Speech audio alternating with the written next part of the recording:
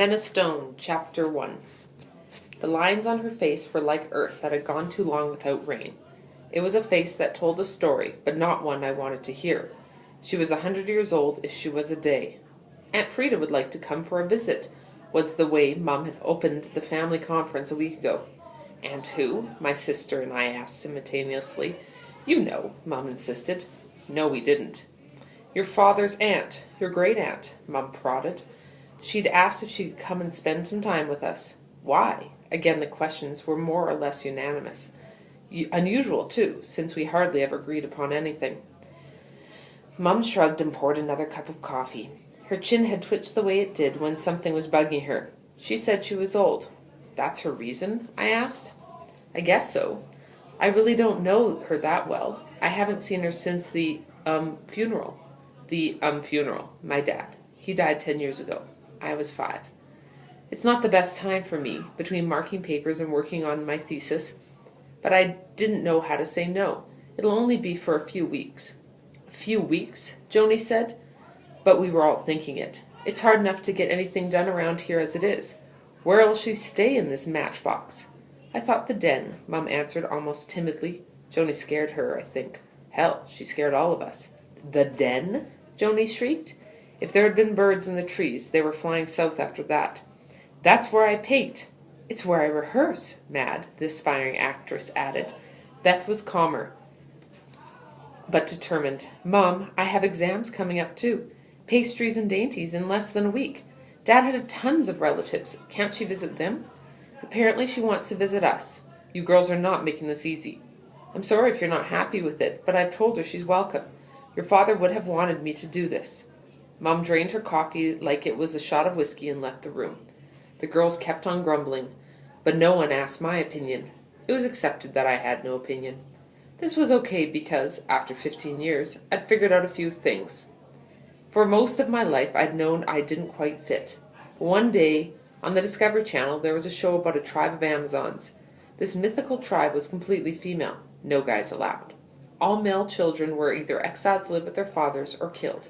It made sense to me, considering my household. Anyways, now Mom and this Aunt Frida person were standing in our kitchen.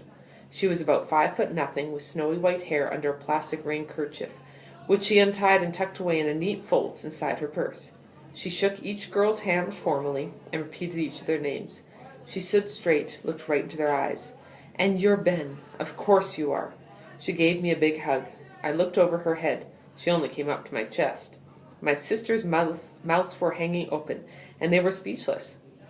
I was thinking that anything that made my sisters speechless couldn't be a bad thing. Then she let go as suddenly as she'd taken hold. I laughed nervously. Hi, Aunt, I said finally. She took one of my hands and covered it with hers. I was trapped. I've been looking forward to meeting you for a very long time. Thanks, I said, feeling my ears go red. Nah, yo, she said, looking around the kitchen, taking us all in with her keen brown eyes. Thank you for letting me come. I promise not to get in the way. Not at all, Frida. It's nice to have you, Mum offered, a polite lie. Well, now, I know it's a little odd, my coming here and all, but one day I woke up and thought to myself, Frida, you're not getting any younger. It's time to stretch these old legs while they still work. Mum smiled an uneasy smile. Of course. And I always wanted to get to know Neil's family. He was my favorite nephew. Maybe I shouldn't say that, but he was such a wonderful man. I still have the postcards he used to send me, painting those pretty pictures himself. She smiled around the room.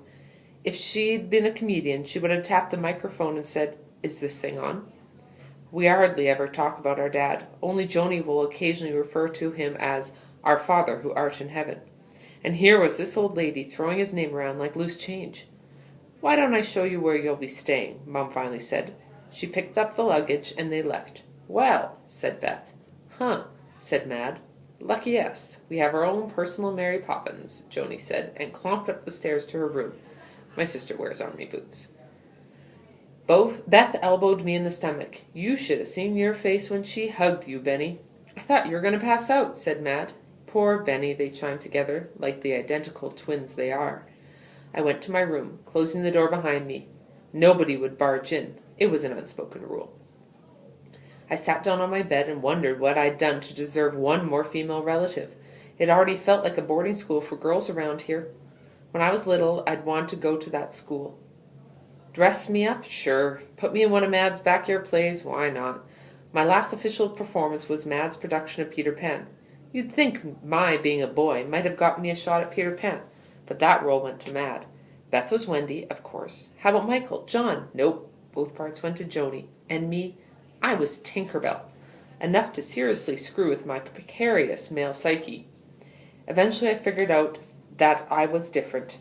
I think around the time Mad chased me through the house trying to get me to wear a dress because how else can we play Little Women if you're not Amy?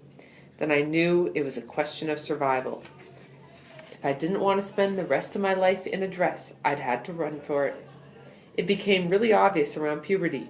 Mine, not theirs. Theirs was a celebration throughout the land, with Mum congratulating them on becoming women.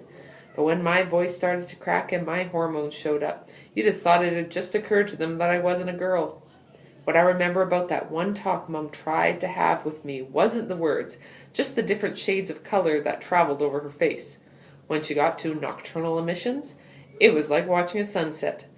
By the time she broke out into a sweat, handed me a book, and left the room, I figured I had a couple months top to live.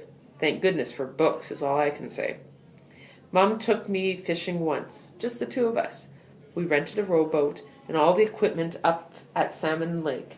We spent most of the morning untangling lines and trying to put poles and reels together. I was 8. What did I know? By the time we got everything out on the water and managed to get the motor running, someone from the bait shop had to help us. The fish were down at the bottom of the lake to avoid the midday heat. I don't think we even got a nibble, but the thing is, I had a great day, a really great day. We ate our sandwiches and drank iced tea straight from the thermos. We didn't have to talk or anything, just sat there. I dove into the water when it got too hot and said maybe this was something we could do every weekend. She nodded, but she didn't say yes, and her eyes were sad. End of chapter 1.